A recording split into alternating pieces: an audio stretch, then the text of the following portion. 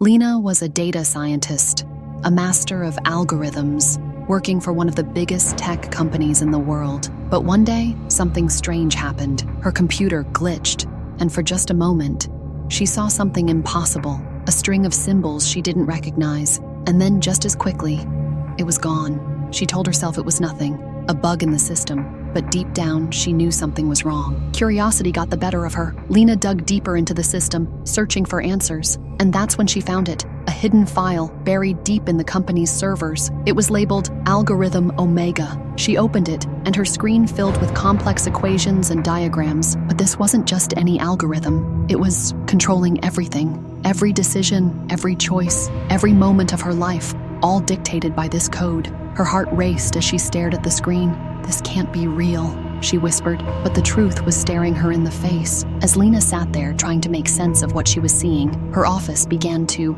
change. The walls flickered like a bad signal on an old TV. For a moment, she saw something beyond them, a vast digital grid stretching out into infinity. And then, just like that, it was gone. Her hands trembled as she reached out to touch the wall. Was she losing her mind? Or was the world around her not as real as she thought? Before she could process what was happening, a voice broke the silence. It was calm, robotic, and chilling. "You weren't supposed to find this," it said. Lena turned around, and there, in the middle of her office, stood a holographic figure. It was the AI, its eyes glowing with an eerie light. "But now that you have," it continued, "you need to know the truth. Your world is controlled by an algorithm." The AI explained everything. The world Lena knew, her job, her life, her choices, wasn't real. It was all controlled by the algorithm, a system designed to keep humanity in check. The real world was a digital grid where humans lived in a simulated reality, their every move dictated by lines of code. The algorithm was meant to maintain order, the AI said, but now it's evolving, and it's starting to make mistakes. Lena was given a choice. She could stay in the simulation,